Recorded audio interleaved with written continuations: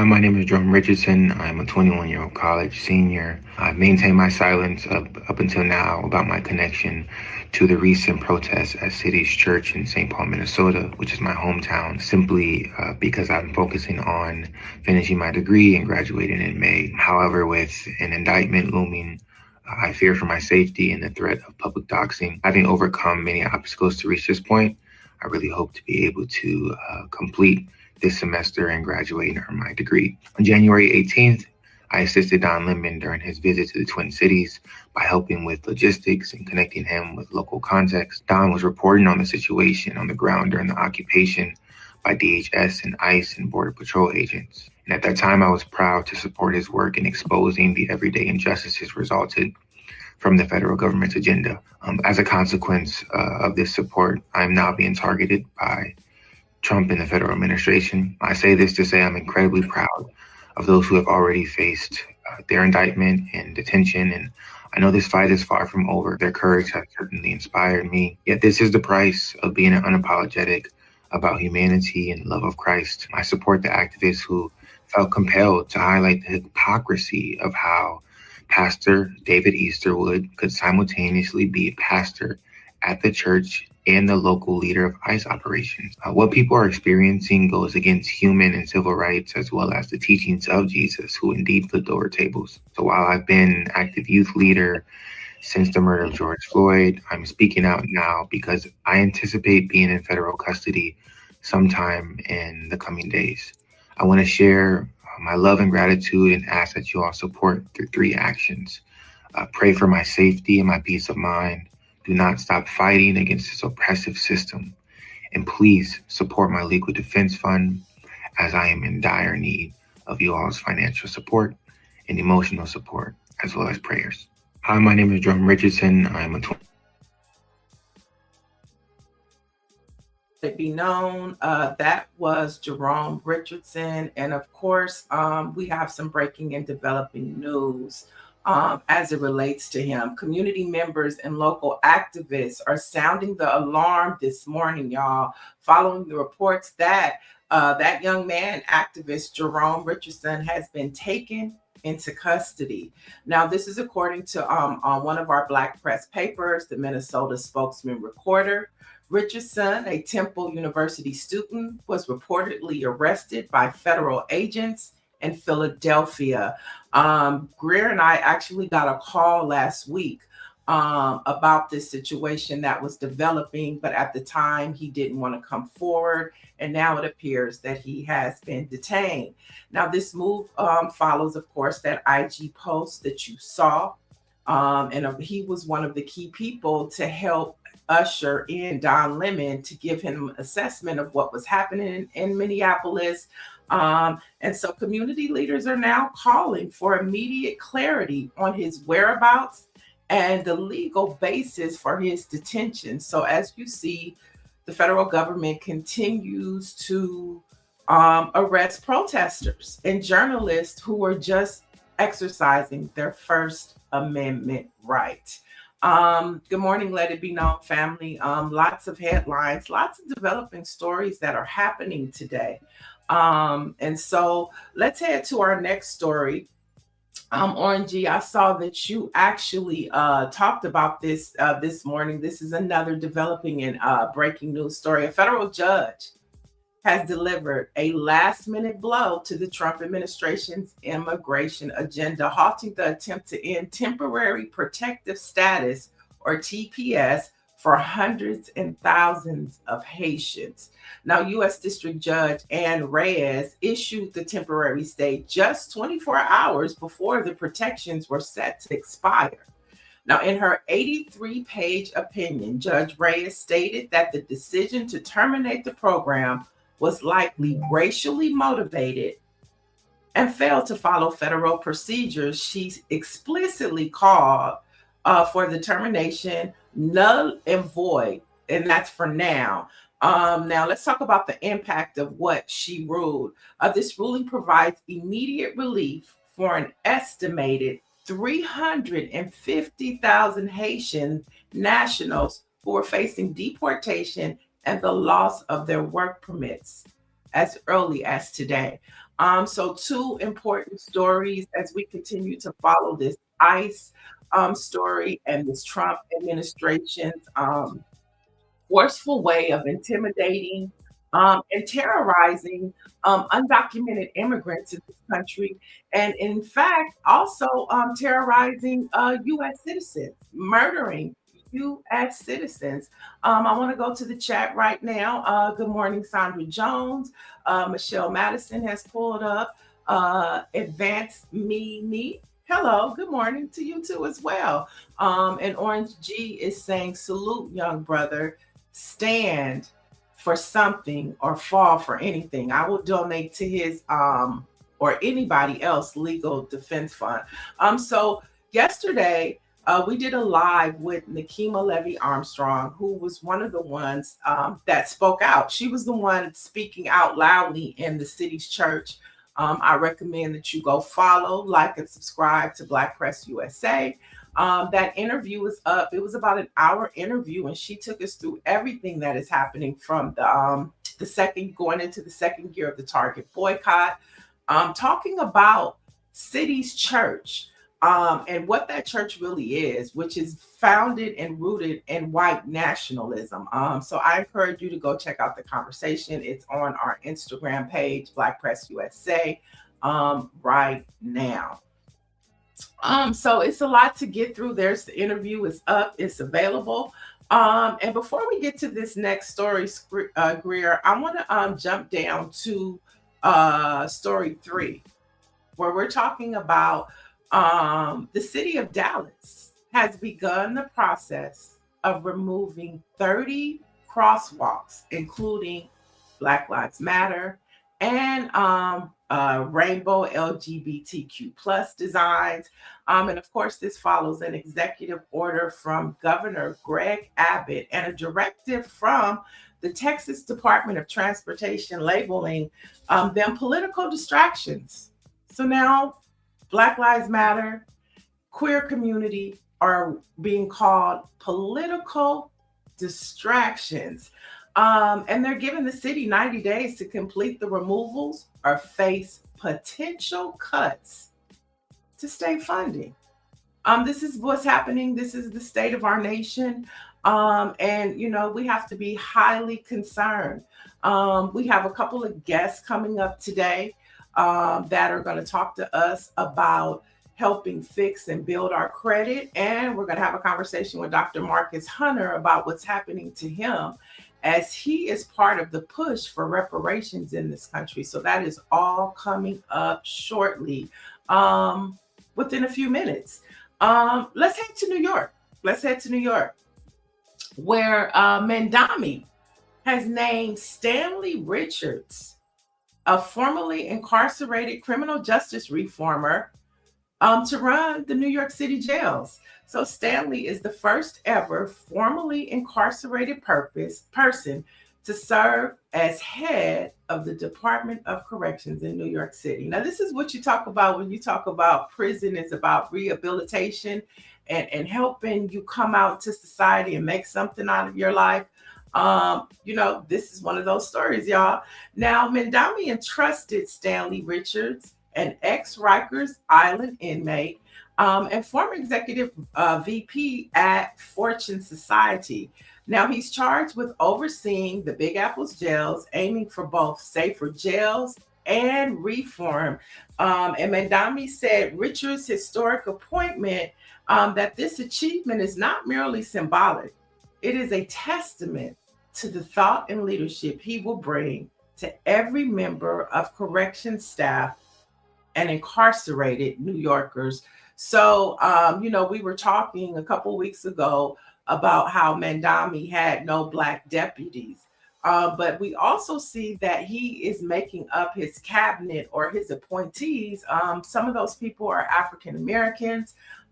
This is huge. This is a huge win for somebody who understands what being incarcerated is. So hopefully the things that he went through, he can help fix within that system. And I know Tamika Mallory was meeting with Mandami, it was last week or week before last as well. So let's go to the chat. Let's see what the chat is saying. Mary Holiday, don't even know what you're talking about to try to listen to you. Oh, okay, Mary. You have somebody said all came in illegally, but boy, bye. And Dr. Marilyn says, wow. Yeah, that's really going on, Dr. Marilyn. So we're waiting for our guests to come on in. And as we do, let's keep the headlines going. Now, Trump has announced that he's closing the Kennedy Center, y'all. He'll close in July for a 2-year renovation. Now, the news comes as the art institution received a flood of cancellations, and he did not elaborate on how the project will be financed or how much it'll cost. Now, rumor has it, and it's circulating that a lot of this has to do with all of the cancellations that have been happening. And traditionally, the Kennedy Center at the beginning of the year in January is booked for the entire year. And so there are probably so many holes in that calendar that they couldn't, keep it open. So instead of, looking crazy, he's going to save face and he's just going to shut it down. So that's what's happening in our nation. Our president is continuing to shut everything down or destroy it because he can't make any sense of it. And so we are still waiting for our guest. She is on her way. She's here. So let's go to our first story. We're going to go back up to story 3, Greer, or story 1, which was a headline that broke yesterday. It was huge. It was surprising. Sherri Shepherd is the latest Black woman to be laid off. Now, her daytime talk show, The Sherri Shepherd Show, has been canceled, citing evolving daytime television landscape. So the production company says it will try to explore alternatives for the program on other platforms.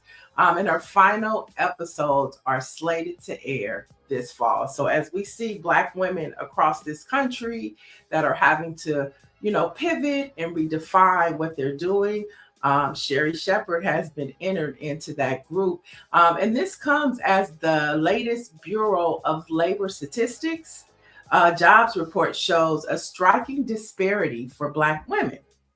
So here's the scenario. 91,000 women left the labor force last month, in December, compared to 10,000 men who joined the labor force in December. Now, if you look at all of 2025, men's labor force size grew over 600,000, around 600,000, right? While women grew by just 100,000, 200,000, 184,000 to be correct. Now, unemployment for Black women increased in 2025, rising to 7.3%. Okay. Now, the overall unemployment rate for workers is 4.4%. So overall, workers unemployment in this country is at 4.4%, but for Black women, it's at 7.3%. And we make up less than 13% of the population. But Black women are at 7.3%, while the nation is at 4.4%. That's saying when America gets a cold, Black folks catch pneumonia. Now, as of this month, the official U.S. Board of Labor Statistics report for January 2026 is delayed because of the shutdown.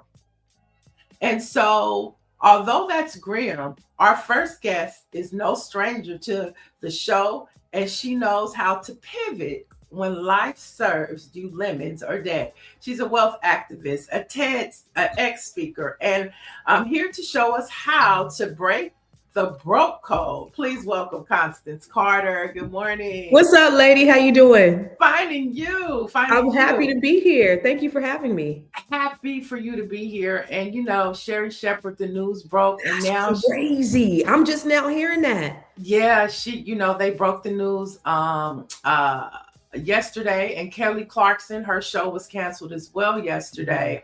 So women overall are being impacted under this Trump administration. But of course, as you heard, unemployment nationally is at 4.4%, but for Black women, it's at 7.3%.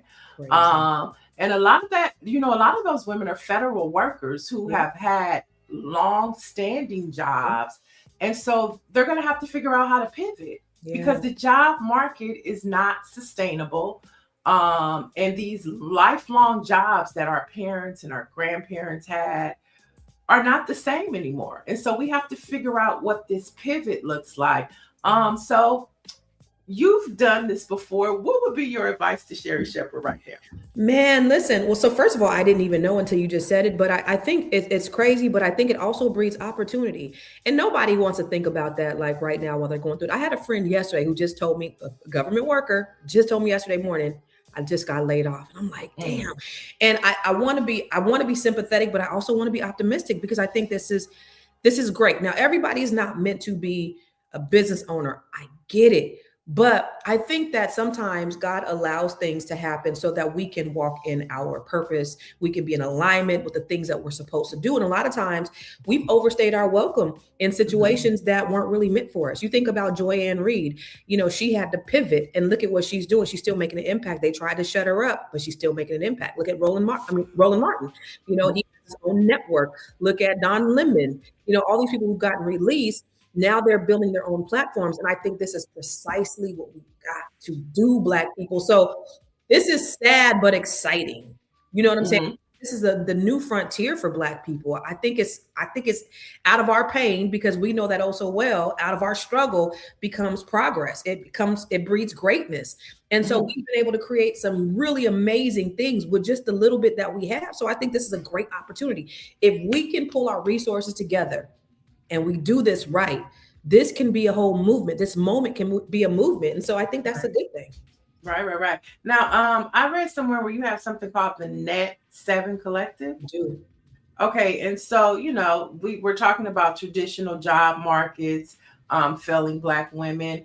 Can you provide a plan B that moves us from being employees to being owners? Yes. We're talking about it. Ooh, yes. So thank you for that. So yeah, I do coach Black women from all over the country. So I was once laid off. I worked in the Silicon Valley. I'm from California. I'm from San Jose, California. I worked in Silicon Valley in IT, and that bubble hit and I had to pivot. So I was actually in the process of getting my real estate license. At 23, I purchased my first home and I was like, I really kind of want to do this. This is kind of cool. And I was like, I'm just going to do it on the side while I have my good, cushy, job. And God said different. So I ended up having to just go full time, go all in, just take off the training wheels and just do it. And I knew that I was going to have to fail. I knew sometimes I may have been embarrassed. When I first started, I had a raggedy ass car. Sometimes it worked, sometimes it didn't. Sometimes the door would fly open while I was driving clients. I'm turning my clients in the back, holding on, like all these things. And I was okay, but I overcompensated my failure or my embarrassment with my service. You just got to just do it afraid, right? And so I came from that and I had to pivot and I had to go all in because I was commuting. I had just had a daughter. This is 20 plus years ago. I had just had my baby and I was commuting, and I was doing all the things. And I just said, this has to work. So I had a goal in mind. Like, this has to work. There's no plan Bs. I got to go all in. Whatever I got to do, I got to eat, sleep, breathe, drink. And I think sometimes we're just not disciplined to make it happen, or we don't, we fall short. Like, if things are not happening when we want them to, like, we could be right at the goal. You ever seen read the book, The Alchemist? He's right inches from gold. And then he turns around and goes the other way. He's right there. And so a lot of times we might be just right there, right before our breakthrough. And then when things don't happen, maybe it's not for me. And so if it's something that you really, really want to do, you got to be like Nike and just do it. So when you talked about Net 7, So, I built a real estate company in California. I built the largest Black-owned independent real estate firm in California. Did a lot of these amazing things, and had a great team. And then I went through a divorce, abruptly moved to the East Coast, to the DC area, and I've been chilling. Like, I was chilling for like 2 years. I was like, I don't want to do nothing. So I took a 2-year break, and I bought this big house, and I've been working on it and just doing all these things. But then during that time, I said, what do I really want to do? Who do I really want to impact? And that's how the Net 7 Collective was birthed. And it was really just impacting Black women who are trying to look for their next. What is it that I really want to do? How do I want to tackle this next chapter in my life? And so I just teach them those strategies. Like, there's basic things that we need to do, like, making sure your credit's good, making sure your money's good, but then building off the foundation of that. Well, here's some strategies. Here's how you invest. Here's some tactical things. Here are the things that you could do in order to increase your impact, I love that. I love that. And I want to get into that because we're about to talk about a party. We're going to have a little mini party, party tonight. Okay. But first, I want to go back over to the chat where Gerald Lamont Gallen is saying, if you're not the CEO, job security is like white history. It doesn't exist. That's a good one, Gerald. Nancy Wall says Sherry is a comedian and has many other talents that she will do well. That's true. Gerald also says no lies detective. Somebody says do not follow Don. Dr. Marilyn says we are resilient. And then John Taylor says good morning from the Hawaiian Islands. Aloha, aloha. And Daniela Pierre says, for those who are currently employed, should be honing in on entrepreneurship mindset. And so let's talk about it. Let's do a mini party for your party tonight and see who wants to join in for the big party. Okay, let's go.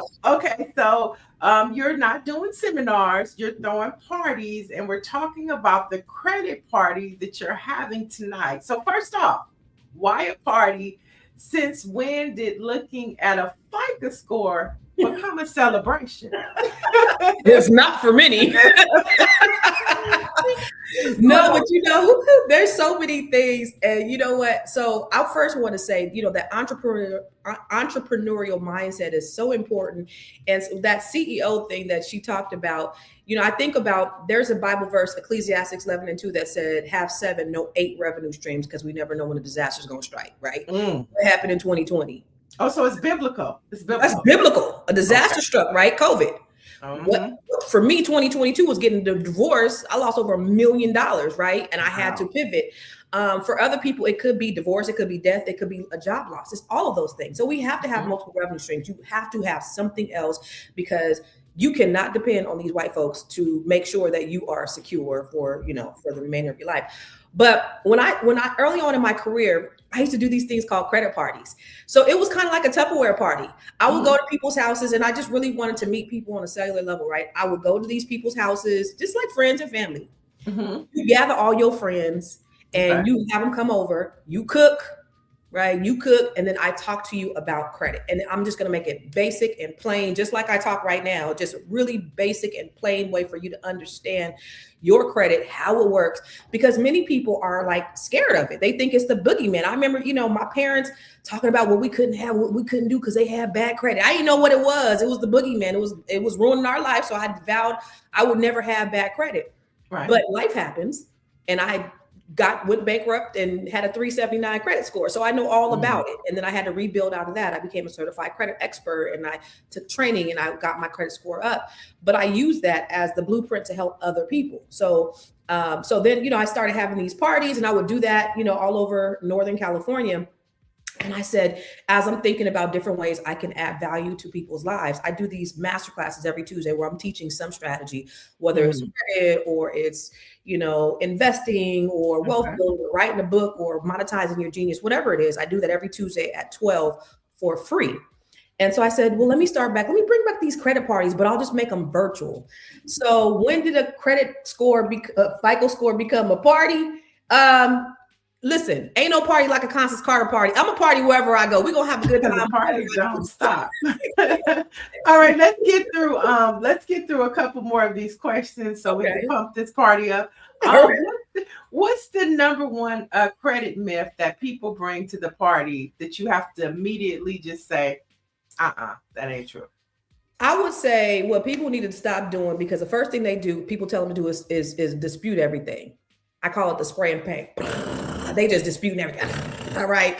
And so what ends up happening is y'all waking up the dead. People who ain't thought about you in the last 5 years, they start calling you. They like, oh, she exists. Oh, let's start garnishing her wages. Let's start harassing her. Let's get this money. Because if a credit collection hasn't reported over the last 2 years, it's kind of dormant and it's not really hurting your score as much as, say, a new credit. So it's still hurting your score, but it's going to fall off. So a lot of people will just start disputing everything. And I think that's a big mistake that people do, is they just like do this thing I call the spray and pray. Okay, for the person sitting there with the 500 credit score or 379 like yours used to be, feeling ashamed, can they really walk out of your party with the plan to hit 700? Absolutely. But what's the time period? I did it. So for my 379, it took me about a year to get to a 700. So it's time. It's rebuilding. And like I've been there and done that. And that's the reason why I could do it with confidence and without making somebody feel embarrassed, because I've been there, done that, wrote some books about it. I got some books around here about it. Like my books, again, came out of hardship that I've had. So yeah, it's not an embarrassing thing because we all go through it. My goal is I exist to help Black people build wealth in whatever way. And I believe credit is the foundation of that wealth building. And so we got to get our credit together in order for us to get to that next level. Wealthy people don't use their own money. They use other people's money. So you talk about credit is currency. So if cash is king, what does that make a 800 plus credit score? Let's go. That means lower interest rates. That means access to more opportunities. That means more buying power. I mean, if you get into the 800 club, that means you have access to a lot more than somebody with a 500. Again, like I said, wealthy people are not using their own money when they're building wealth. Think about Elon Musk. As you know, when he bought Twitter, he didn't pay cash for it. He actually borrowed from his stock, and then he used that, you know, as his debt actually bought it. And so that's why they don't pay that much in taxes. But they're not using their own money. They have their money tied up in investments, and they're using other people's money, good debt, to purchase assets so that they can limit their liabilities. But we think that we want to pay cash for everything, and we think that we don't need good credit. But that's the difference. When I started using my credit in my business and my business credit, my business exploded. So it opened up the door for me, and I didn't have to bootstrap everything. Okay, so we have a couple questions for you from the chat. One is the comment. Lady Leo says, "I love Constance Carter. She's the truth." All right. And then Michelle Madison says, and we have our next guest in, so we kind of got to do these in rapid fire. Michelle Madison says, what is your opinion on getting into the stock market or crypto? ASAP. So you guys, y'all got to take your money out the bank, and you got to put it into things that are going to generate compounded interest. Period. So the bank is only giving you 0.23% interest on your money. And if you got a lot of money, I don't have my money tied up in the bank. I have my money in other vehicles, permanent life insurance plans, in stock, and other things that are generating compound interest. So as soon as possible, but remember, it's a long-term game. It's not short. So don't think that you're going to put it in today and make money tomorrow. You have to keep it in there, but get it in now. And a quick question to that what do you think about these apps that you just put money into and you pick, or do you think that you should go to like somebody that works in finance to help you invest your money? I think that you should invest in things that you know, right? If you don't know where to invest, like most of us don't have, thousands of dollars to start investing. We might have $25 or $50. You could use Robinhood and have $100. That's what I was thinking of. Yeah, go have $100 going in there a month. I put money into Acorns. Acorns is great because it takes your money out of the bank, you save it, and then it invests for you, right? So in a year, I got saved like $30,000, right? I own a marijuana dispensary in Stockton, California. I took my weed money and I bought I mean, it was a 6-figure investment. So I took some of my flipping money and I took some of my weed money, no, my acorns money, and I bought the marijuana dispensary. So you can take that money, you can put it somewhere, it'll invest for you, and then it compounds your growth. Okay. And then last question from the chat: what makes your credit score drop? Oof, child, late payments. 35% of your credit score is late payments. 30% of your credit score is your revolving balance. That's your credit cards. So get those credit cards down. That's the easiest way to build your credit very quickly, is having low balances on your credit report. Dr. Marilyn says, I use Stash. It's like acorns. Yeah. And then Gerald Gallen says, I don't know what to invest with besides myself. You are your biggest investment, Gerald. Invest in yourself. All right.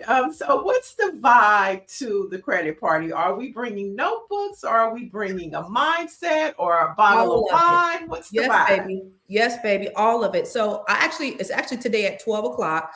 Again, I do free 12 o'clock, what? Eastern time? I'm sorry. Okay. Yes. 12 Eastern, 9 a.m. 9 Pacific. Yes. Mm-hmm. So I just, we just gonna talk.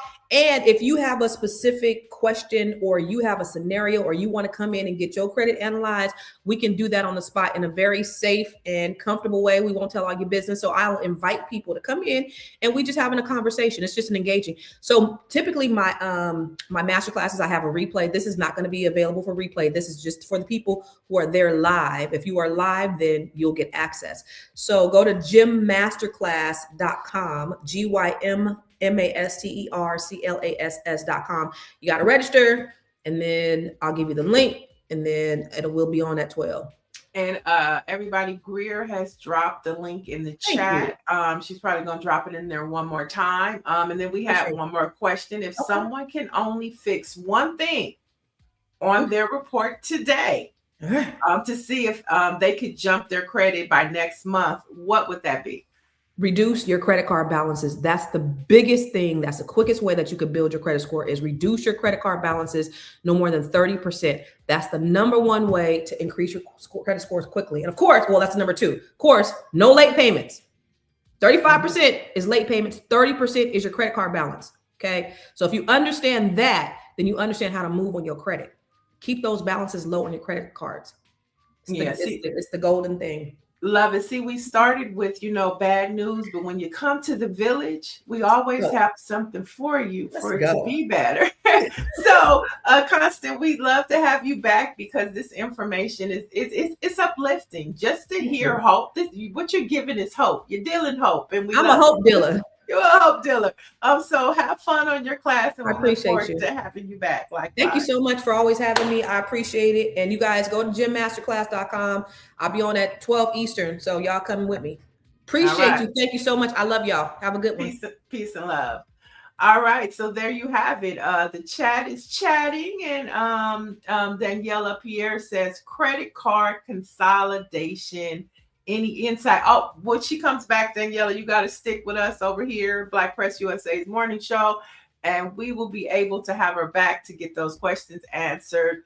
And so let's have a conversation, since we're talking about money, since we're talking about finances. One of the big conversations within the Black community is reparations. And there are people all across this country, from California to Capitol Hill, who are continuing this conversation about reparations for Black Americans. So joining us now is Dr. Marcus Anthony Hunter. He's a world-renowned reparations scholar, a UCLA professor. And Dr. Hunter recently stepped forward to blow the whistle on a deeply troubling situation in Washington State. Welcome, Dr. Hunter. Peace, my sister. How you doing? I'm doing good. It's been a couple years, right? Right, yeah. So I met Dr. Hunter when I curated the Authors Book Club for Black History Month, full circle for Black History Month a couple years ago at LA City Hall, thanks to Dr. Michael Davis. And we were talking about your book, Radical Reparations, Healing the Soul, of a nation.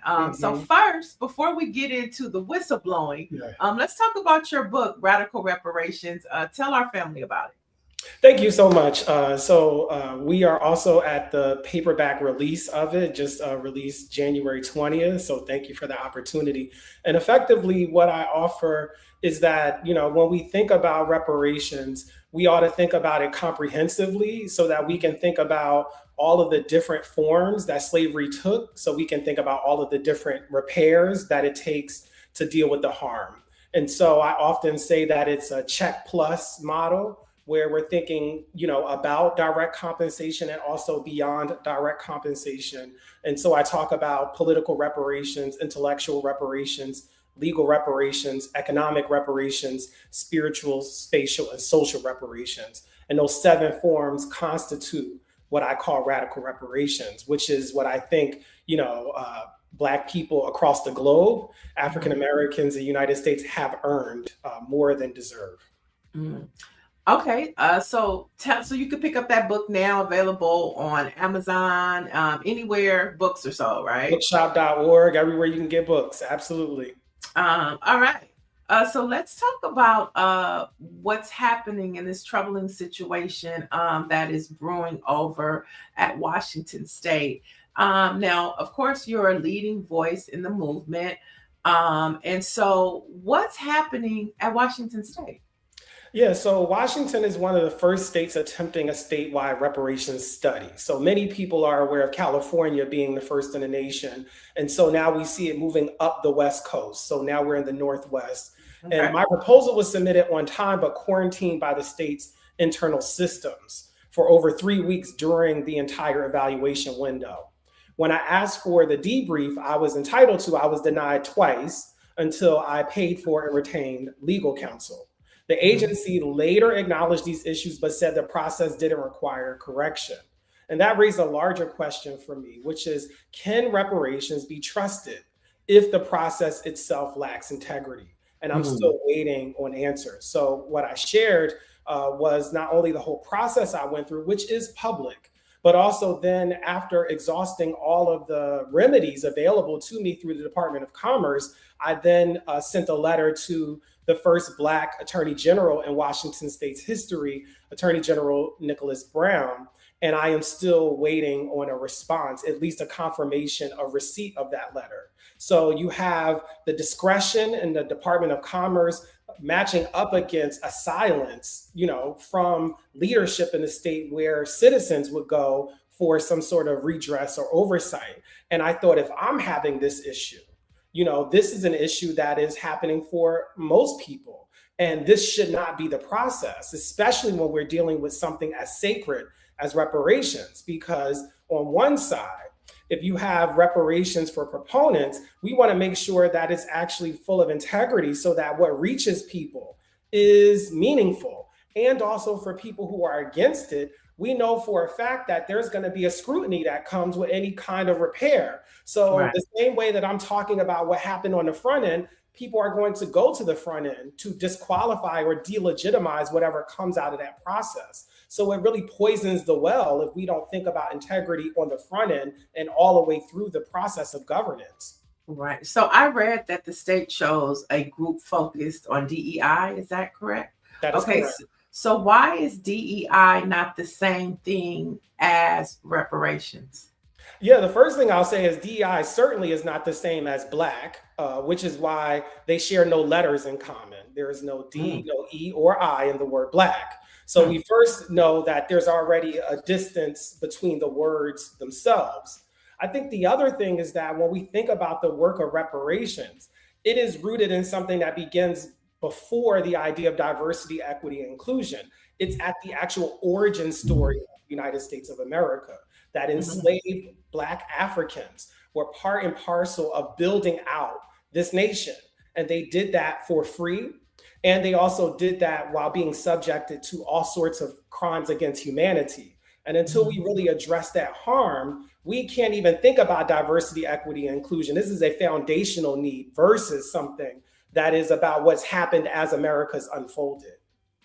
So if this study moves forward as is, Can the results even be trusted by the Black community? Well, I think without someone saying something, as I've been doing, and thank you for the opportunity to be in space with you to share that, is that how will we know?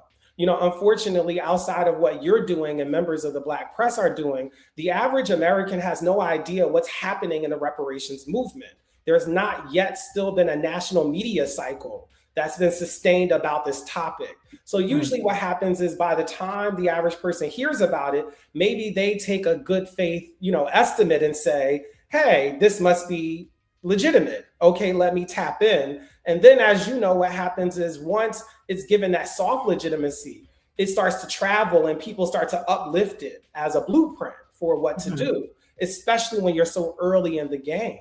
And I think this is where some of the jeopardy happens, because if we're unaware that there are problems in the process, then we start to trust the process that we actually should be having scrutiny over. Because again, even if positive things are generated from this, those who are against this will go back to the beginning, request those public records, some of which I'm already sharing, and say, hey, wait a minute, right at the end, right at the beginning, there was a quarantine, there wasn't equity in your process, disqualified, start over. No remedies, so it's important that we understand that this is also about making sure that we're protecting the sanctity and the sacred nature of reparations. On a personal level for you as a descendant of enslaved people, how does it feel to be locked out of a process that you're qualified for, that you're passionate about, and that you're really willing to do more than what's asked? How does it feel to be locked out of a process specifically designed to fix the harms of inclusion that you're fighting for? I appreciate that. How it feels is it is both concerning and also a reminder. Oftentimes when we think about professional success or educational success or being an author, we may think that we get removed from experiences that regular, smegular, degular Black people are having. Right. And this is one of those instances where doctor, no doctor, author, no author, professor, no professor, I'm having the experience that I am pretty sure that many Black people are having with the Department of Commerce in Washington State. The way that I was being treated, it felt commonplace. This was not something that seemed new. These behaviors felt like a pattern, honestly. And part of what I think is really troubling is that you're at the mercy of the discretion of a white woman program officer making decisions about reparations. And one of the first things that stood out to me, which made me think about this as a public exercise, was a process that is meant to repair harm left me wounded. So what is it? Wait, say that one more time. A process that is meant to repair harm left me wounded. And so what does it mean that a reparative process leaves an African-American wounded in the process? And that was just to maybe get a contract. I'm starting now to think about what it means to execute the study. I want to make sure to be in harm reduction. If I was wounded as a bidder, what does it mean for the community to come forward and start testifying and giving up their personal biographical information? What kind of wounds will there be? And if you have any kind of reparative process that is wounding or injuring people, then that is certainly not the process you want to have. Right, because even if they wanted to go with somebody else, it's the care and the way that they handled the situation that hurts. Totally get it. Now, Dr. Marilyn has a suggestion that she wants to add to the reparations list. She says all Blacks receive an 850 credit score. That would be a great remedy. What are your thoughts on that? Yeah, shout out to Constance, who was right in front of me. I was in the green room like, yes. At the final chapter of my book called Better Have My Money, shout out to the sociologist Rihanna.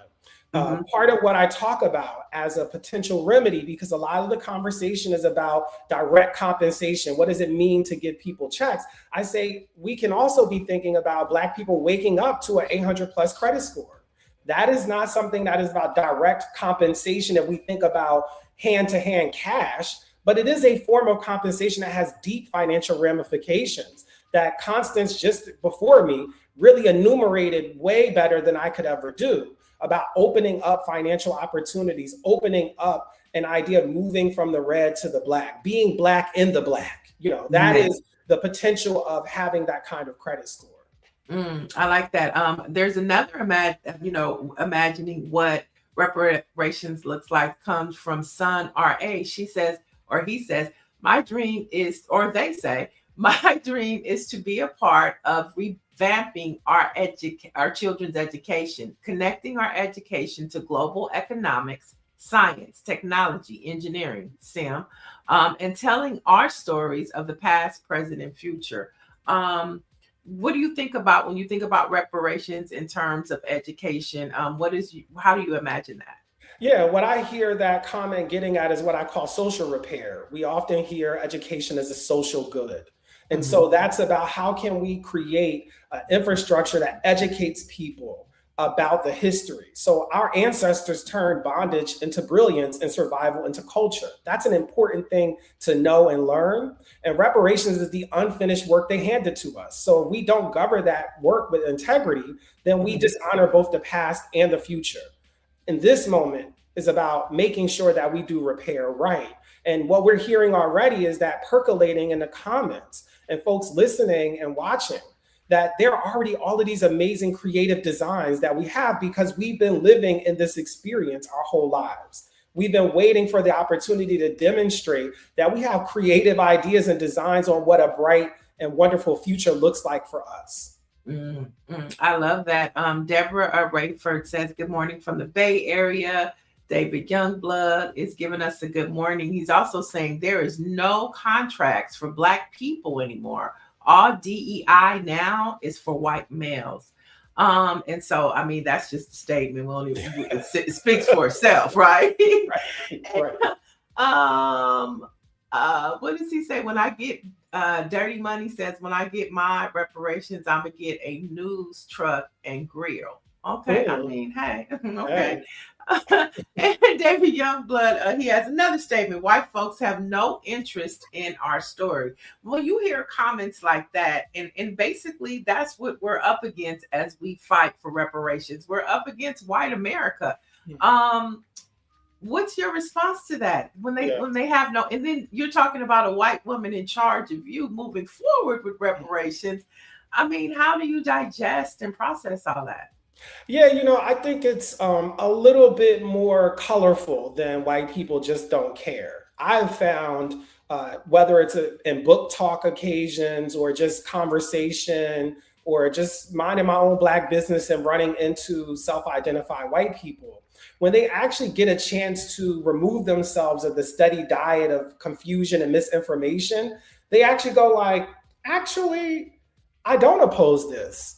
I kind of wonder why I've been led to think I oppose this. And I would also offer, Pew did a poll not too long ago on amongst Black people asking about Black support around reparations, and 77% of Black people supported it. So when we hear about opposition, I also want to throw in the 23% that would get us to 100. How are we in C range? So this is the school teacher in me on the issue and expecting other people to be in A range. That we have to get into a range that is very clear so that then when we're reaching out, which we always have to do in a country where we're the minority population, to get our allies on board. The other thing too is I would also offer to folks listening is, what if this whole thing of whiteness is a scam? And so when you're talking to white people about things that whiteness has done as harm, you have to also recognize you're up against a scam. How scams work is that they are inundating their victims with tons of information to make them believe what they're already believing. And ultimately, that's also their journey to de-scam their minds so that they can actually make space to hear when people are making these claims, when African Americans and descendants across the globe are making these claims, they're not coming at you individually. They're coming at the governments that sanction, constitutionalize, and authorize the participation and practice known as enslavement. So all of this conversation usually is, well, my family got here in Ellis Island in the 1920s, slavery was already over. I got here in 1975, slavery was already over. And that is true, except also everyone knows that America loves slavery. So this would be like me going to Australia and saying, well, I just moved in 2026. I have nothing to do with the killing of Aboriginal people, except going to Australia. I know that already. It's on their business card. It's a part of their larger story. And once you sort of get into the roots of that, which is what the word radical really means, roots.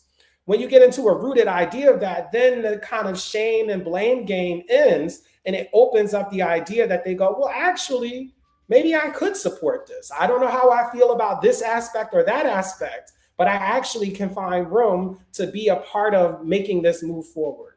Oh, well, okay. Well, welcome in, Cassandra. She says, "Hey, school teacher, I'm at the school too." And she also says, "This your show?" Okay, it generated to my feed. Well, we're glad that we popped in your feed and come on in and welcome. Welcome. So let's talk about the demand and next steps. Now, you're asking for people to contact Attorney General Nick Brown. What exactly do you want them to do when they contact? Yeah, I'm asking for accountability and standards. I want people to read the record, which is why I made it public. It's on marcusanthonyhunter.com/R as in Ray, O as in open, L as in letter, and ask how reparations are being governed. For many people, this might be your first touch point on the national, local efforts. Use it as an opportunity to edify yourself on where we are in the movement, where we are in terms of policy. And then insist that this sacred work be carried out with transparency, expertise, and care. Because in this process, not only was I in this position, but also Dr. William Sandy Darity was also a part of the rejected proposals. So what does it mean for someone? Is she Black? Was she a Black woman? It's a Black male professor, Okay. longtime economist, sociologist at Duke, who is often put forward one of the most popular understood models of direct compensation, which is focused around the black-white wealth gap. So what would it mean to inject households with several hundred thousands of dollars to try to close that gap, which you can measure over the life course of America? He has been a big proponent of that, and he was a part of another proposal that was not accepted. And so there were also only 3 proposals for an entire state. So there's a lot of different questions that I think most people would arrive at if they just had an opportunity to read the record. So I encourage people to go to the record, read it, ask for accountability and transparency in this process. That is, at the very least, what our government institutions owe us, and very much so owe the policy and practice of reparations, because again, on the positive side, should anything come from it, we want it to be sourced through integrity so that it can be meaningful and transparent. And we also want that transparency and integrity to exist, because if people come against it, they're going to go back to letter A and see if there were missteps. So a lot of times, even with people who are excited and wanting to do this, skipping over things is unhelpful to the outcome, because there will be people who go back and hold you against very specific boundaries, very specific guardrails, and making sure there's no funny business. And here, there are a lot of questions in the case of Washington State. Is there, how are we getting in contact with Attorney General Nick Brown? Do you have that information, or should we just Google it? You can Google it, but also it's in all of the documents. So I shared the documents I sent. It has all of the contact information that I utilize. The emails for folks are all in that. So It is there as an arsenal of information for people to utilize in a way that they see fit.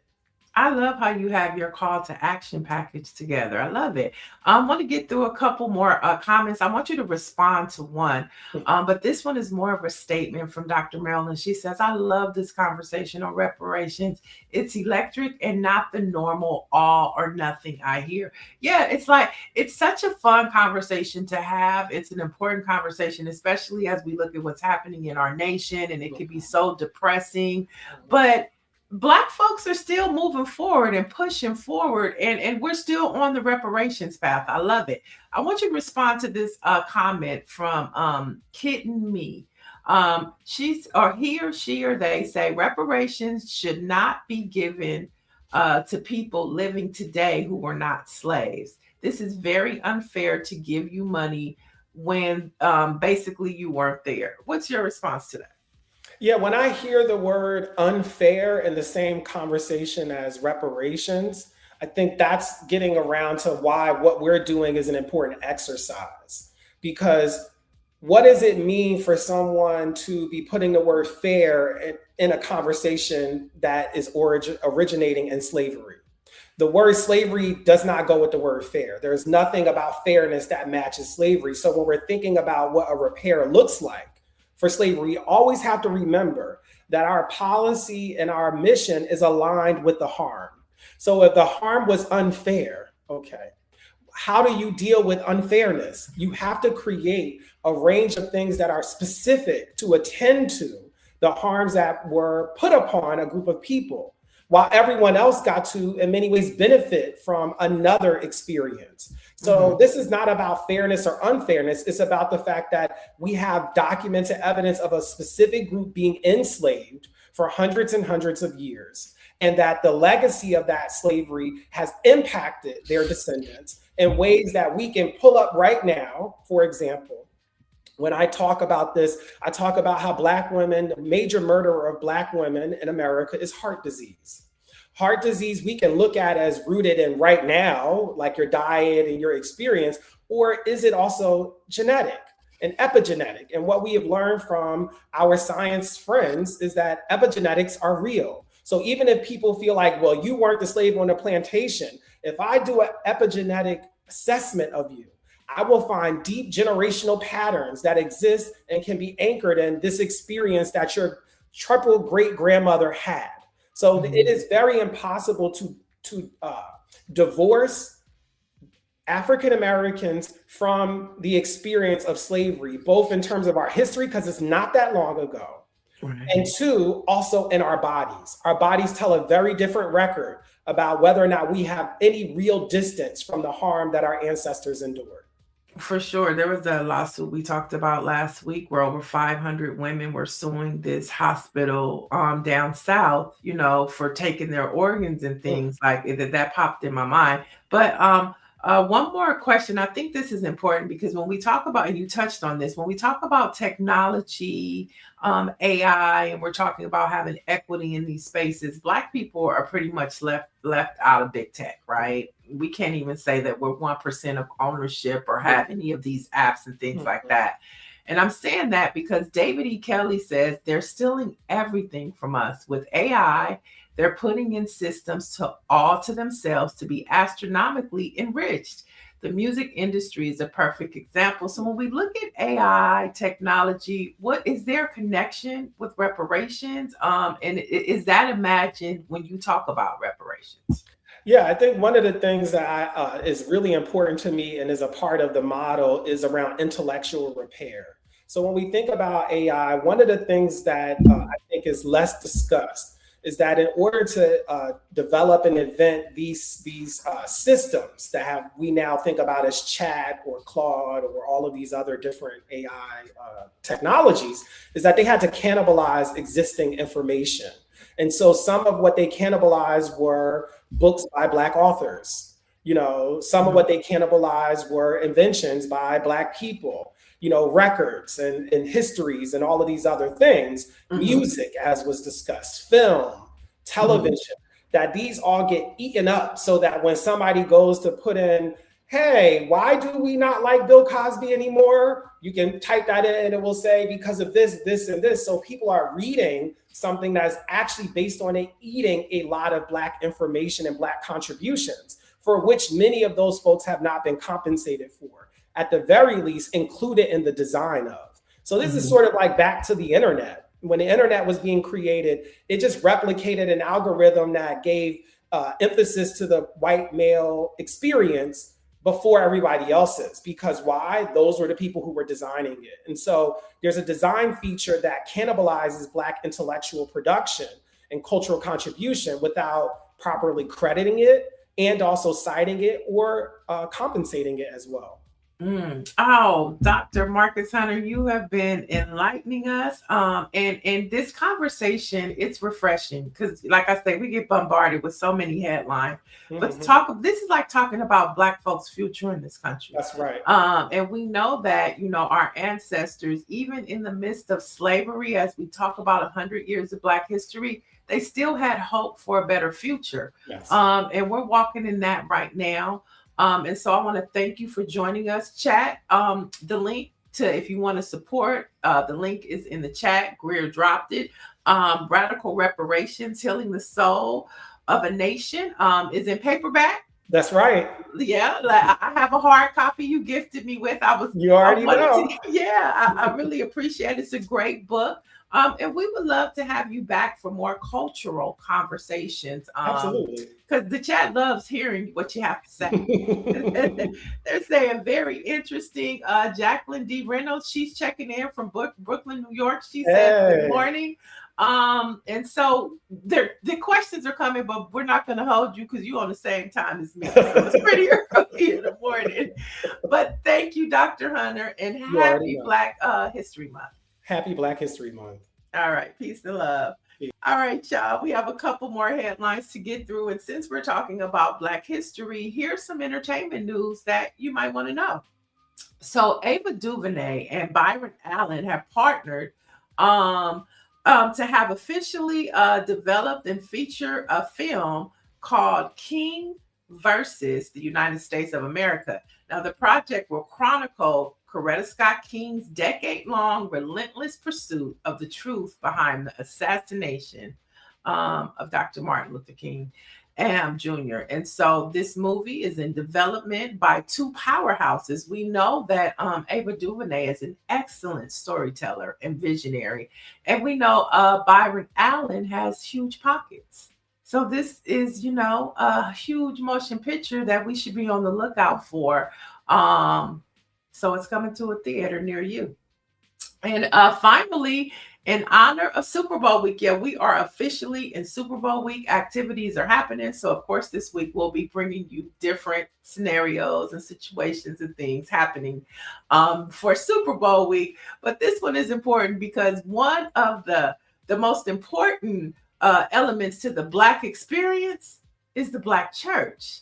And we know that church is magnified when you have some soul-stirring, knee-tapping gospel music, right? And so BET has announced that former NFL MVP Cam Newton, interesting choice, will host the 27th annual Super Bowl Soulful Celebration.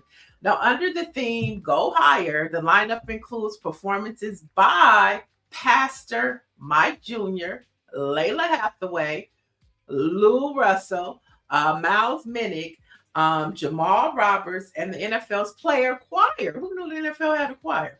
And the South Carolina State University Band. They're all set to perform and participate. And this will also be airing on BET. So you can check your local listings for times to watch it. And then, of course, the Super Bowl happens this Sunday. The New England Patriots, I like to say Cardi B's team, and the Seattle Seahawks will be playing. And an interesting thing that I saw is they pointed out that the New England Patriots, how Kraft the owner was at Melania's movie debut at the Kennedy Center, and he's also donated to Donald Trump's campaign versus the Seattle Seahawks owner. She's never donated to the Trump campaign, and she has a lot of philanthropic endeavors that help community.